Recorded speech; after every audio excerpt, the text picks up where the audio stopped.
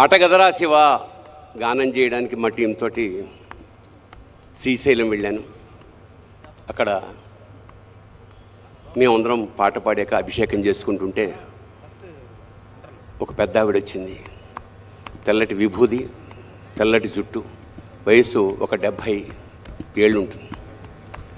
ఆవిడ అభిషేకం చేస్తూ ఈ జన్మకి ఇంతేరా మల్లన్న అంది. అంటూ ఆవిడ కన్నీటి బొట్టుని శివలింగం మీద జారవిడిచింది. అంటే ఒక విధమైన ఉద్వేగంతో స్టన్ అయిపోయాను నేను. ఎన్ని క్షీరాభిషేకాలు చేస్తే ఇంత పుణ్యం దక్కుతుంది? కన్నీళ్లతో స్వామిని అభిషేకించి ఈ జన్మకి ఇంతేరా మల్లన్న అంది. మల్లికార్జున స్వామిని మల్లన్న అని చాలా ప్రేమగా పిలుచుకుంటారు. ఈ జన్మకి ఇంతేరా అంటే శ్రీశైల శిఖరం దృష్ట్యా పునర్జన్మ నవిద్యతే. ఒకసారి శ్రీశైల శిఖరం కనుక వస్తే ఇంక జన్మరాహిత్యం అనేది మన వాళ్ళు చెప్తూ ఉంటారు.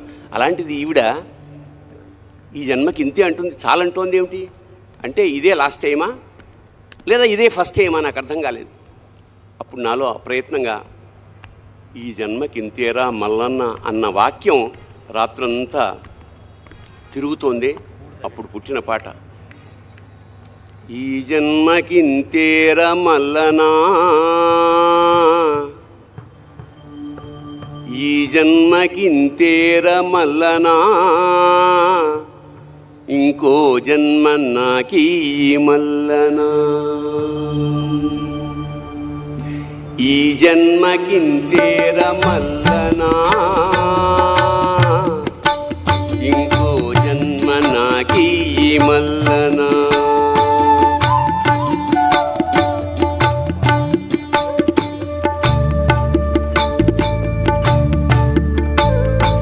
తల్లి గర్భములోన మల్లనా,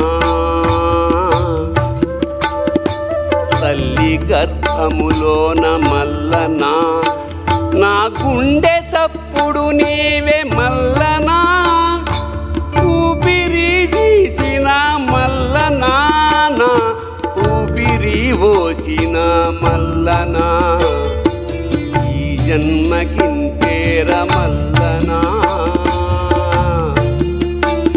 ఇంకో జన్మ నాకీ మల్లనా.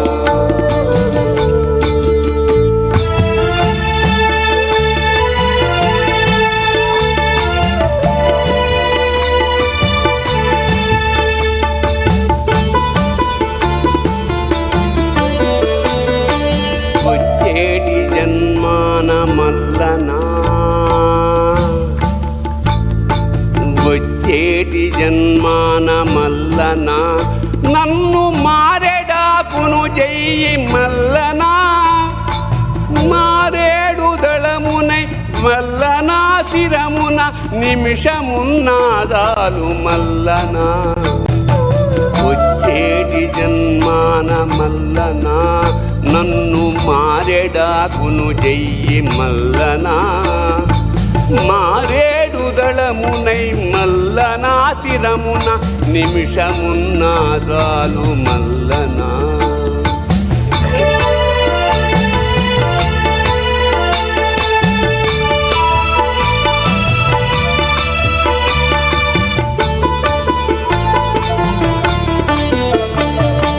కొండంత ఎదిగాను మల్లనా,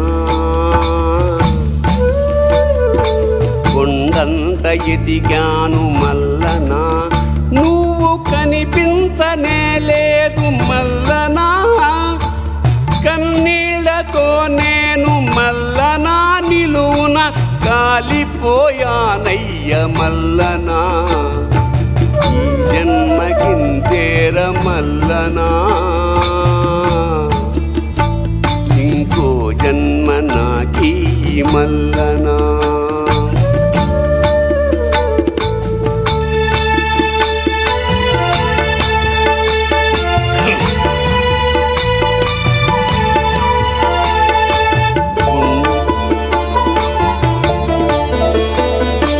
గుండెలో ఉన్నావ మల్లనా, గుండెలో ఉన్నావ మల్లనా, మేము గుడ్డోళ్ళమయ్యాము మల్లనా, గుడ్డు అందుకే ఈ జన్మకింతేర మల్లనా, ఇంకో జన్మ నాకీ మల్లనా, ఇంకో జన్మ నాకీ మల్లనా, ఇంకో జన్మ నాకీ మల్లనా.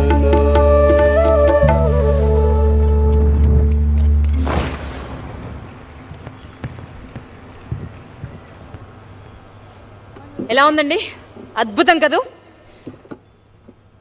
ఒక్కసారి తనిఖీల బండిసారికి గట్టిగా చప్పట్లండి. కాకపోతే మరొక్కసారి చెప్తున్నానండి, శివభక్తులు ఎప్పుడు, శివుణ్ణి నమ్మిన వాళ్ళు ఎప్పుడు ఓటమిని అంగీకరించరు. ఎన్నిసార్లు పడ్డా సరే మళ్ళీ లేచి నిలబడతారు, త్రిశూలంలా గెలుస్తారు. శివుణ్ణి నమ్ముకున్నవాడు ఎప్పుడు ఓటమిని చవి చూసినా సరే మళ్ళీ గెలుపు వైపు వెళ్తాడు, గెలిచి తీరుతాడు. ఇది సత్యం, ఇది నిజం.